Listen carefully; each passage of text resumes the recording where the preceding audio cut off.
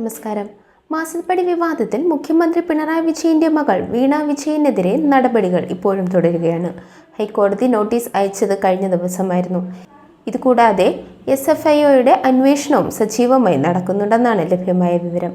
ഇപ്പോഴിത് കണ്ണൂരിലെ ഒരു സ്കൂളിലും എക്സോലോജിക്കുമായുള്ള ബന്ധത്തിന്റെ പേരിൽ അന്വേഷണം നേരിടുകയാണ്. അടുത്തിടെ അനധികൃത പിരിവിന്റെ പേരിൽ വാർത്തകളിൽ നിറഞ്ഞു നിന്ന കാടാമ്പൂർ സ്കൂളിലെ മാനേജർക്കാണ് എക്സോലോജിക്കും കമ്പനിയുമായുള്ള ബന്ധത്തിന്റെ പേരിൽ നോട്ടീസ് ലഭിച്ചിരിക്കുന്നത്. School manager P. മുരളീധരൻ എക്സോലോജിക്കുമായി നടത്തിയ സാമ്പത്തിക ഇടപാടുകൾ SFIOയുടെ അന്വേഷിക്കുകയാണ്. ഇടപാടുകളുടെ രേഖകൾ ആവശ്യപ്പെട്ട് മാനേജർക്ക് SFIO നോട്ടീസ് നൽകി. ലക്ഷങ്ങളുടെ ഇടപാടാണ് എക്സോലോജിക് സൊല്യൂഷനുമായി കാടാമ്പൂർ സ്കൂൾ മാനേജർ നടത്തിയത്. എക്സോലോജിക് എന്ത് സഹായമാണ് നൽകിയതെന്നാണ് SFIOയ്ക്ക് അറിയേണ്ടത്. മുഖ്യമന്ത്രിയുടെ മണ്ഡലത്തിലെ സ്ഥാപനത്തിന്റെ വഴിവിട്ട് എന്തെങ്കിലും സഹായം മുഖ്യമന്ത്രിയാൽ നിന്നോ മറ്റോ ലഭിച്ചോ എന്നതിലാണ് അന്വേഷണം.